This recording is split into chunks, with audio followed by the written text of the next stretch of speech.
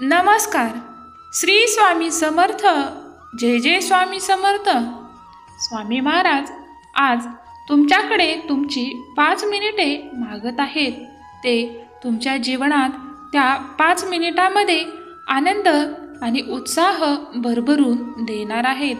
स्वामी म्हणतात, तू आता असा चेहरा पाडून बसू नकोस, कारण तुझ्या जीवनात आत्तापासून सुख, समृद्धी, ऐश्वर्य आणि तू ज्या गोष्टीकडे प्रार्थनेसाठी विचारत होतास ती आज तुझ्यासाठी सत्यात उतरणार आहे. तुझ्याकडे पैसा, नोकरी आणि वेगवेगळे नवीन मार्ग मी तुझ्याकडे पाठवत आहे. तुझी आर्थिक परिस्थिती आज सुधारणार आहे. बाळा, विश्वास ठेव. जगामध्ये कुठलीही गोष्ट तुझ्यापेक्षा जास्त मौल्यवान नाही. तू फक्त स्वतःचा विचार कर, कारण हे जीवन मी तुझ्यासाठी तुला दिले आहे. माझ्या बाळा, जीवनात चांगली कर्मे करत चल. चुकलेला मार्ग दाखव. त्या मार्गावरती तुला मी मार्गदर्शन नक्कीच करेन, परंतु परत त्या मार्गावरती तू जाऊन ती चूक परत करू नकोस. कारण मी तुला एक वेळेस माफ करेन, परंतु कर्म हे तुला कधीच माफ करणार नाही. ते तुला कुठूनही शोधून काढून तुझ्या कर्माचे भोग भोगावेच लागतील. त्याशिवाय तुला मुक्तीही मिळणार नाही. पण तू आता चिंता करू नकोस, कारण प्रत्येक गोष्टीला स्वामी महाराज सोबत आहेत हे लक्षात ठेव. आणि प्रत्येक संकटात विचार न करता देवावरती श्रद्धा ठेवून त्या संकटाला तू सामोरे जा. त्यामधून बाहेर पडण्यासाठी तुला योग्य मार्गदर्शन आणि संधी मी देत आहे. ती संधी स्वीकार करण्यासाठी माझ्या नामस्मरणात येऊन तू तुझे जीवन स्वामीमय करून घे. आयुष्य खूप सुंदर आहे, त्याला तू स्वतः अडचणीत आणि कठीण बनवू नकोस.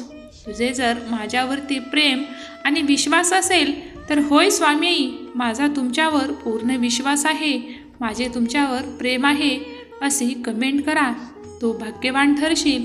आणि माझी इच्छा आहे की तू कुठलाही विचार न करता आत्ता आपले चॅनेल सबस्क्राईब करून घ्यावे, जेणेकरून तुझ्याकडून एक पुण्याचे काम घडून येईल. माझ्या बाळा, एक गोष्ट नीट समजून घे. प्रत्येकाच्या आयुष्यात अडचणी असतात, परंतु ते तुमच्यावर आहे की किती वेळ तुम्ही त्या अडचणीत गुंतून पडायचे आणि किती दिवसानंतर त्या अडचणीतून बाहेर पडायचे.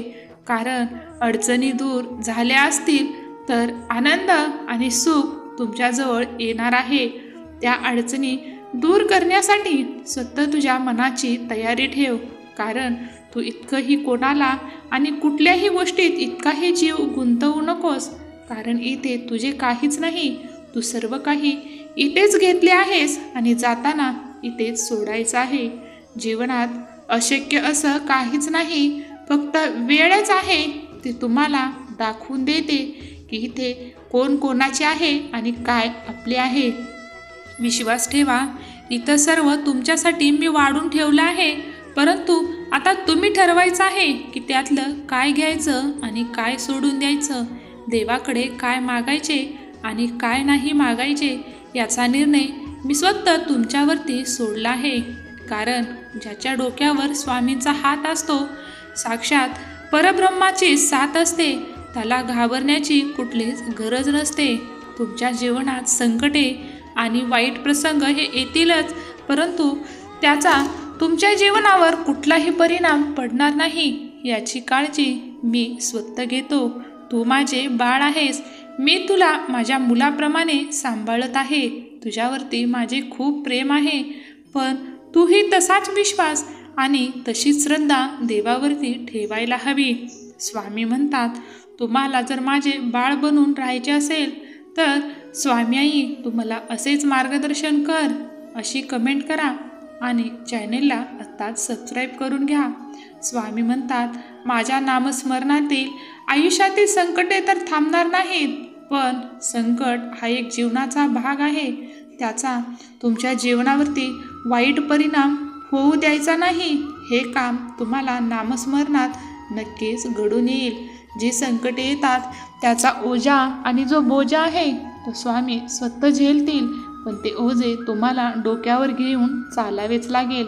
नक्कीच वेळेला महत्त्व द्या, पण जिथे तुम्हाला महत्त्व नाही तेथे जाऊन तुम्ही तुमची किंमत आणि तुमचा वेळ वाया घालवू नका. कारण रुद्राक्ष असो किंवा माणूस, खूप कठीण आहे तो एकमुखी असणे. इथे प्रत्येक माणूस हा त्याच्या स्वार्थानुसार बदलत असतो. प्रत्येकाला देवाने त्याचे मन दिले आहे, त्याच्या मनानुसार तो वागत आहे. परंतु तू आता ठरव की तुला कोणाची मदत करायची आहे की प्रत्येक वेळेस दुसऱ्याकडून मदत घ्यायची आहे. तुम्ही सहमत असाल तर होय स्वामी आई, मला तुमचे म्हणणे पटत आहे अशी कमेंट करा. आयुष्य वाईट प्रसंगात सर्वजण तुम्हाला साथ देतील असेच नाही, कारण दिसणारे आणि तोंडावर सर्व गोड बोलणारे हे तुमचेच असतील हा तू कधीही दृढ विश्वास ठेवू नकोस. बाळा, इथे साथ कोणीच कोणाची देत नाही. एक दिवस तुम्हाला सर्व काही सोडून जातील. विचार करा, इथे तुम्ही येताना काय आणलं आणि तुम्ही काय आणि कोणाला घेऊन जाणार आहात. सर्वजण तुमच्यासाठी इथे स्वार्थ आणि मतलबाचे धागे जोडत आहेत. त्या धाग्यात तुम्ही गुंतून पडू नका. तुमचा मार्ग तुम्ही स्वतः निवडा आणि देवाच्या जवळ जाण्याचा प्रयत्न करा. कारण तू जे डोळ्याने पाहतो आहेस ते सर्व काही अस्तित्वात आहेच असे नाही. देवाचे अस्तित्व जाणून घेण्यासाठी तुझे मन, तुझे अंतःकरण हे सर्वात पहिले स्वामीमय करावे लागेल. स्वामींच्या नामस्मरणात येण्यासाठी तुला फक्त आणि फक्त स्वामी नामाची गरज आहे. त्याचा तू आश्रय घेऊन पहा.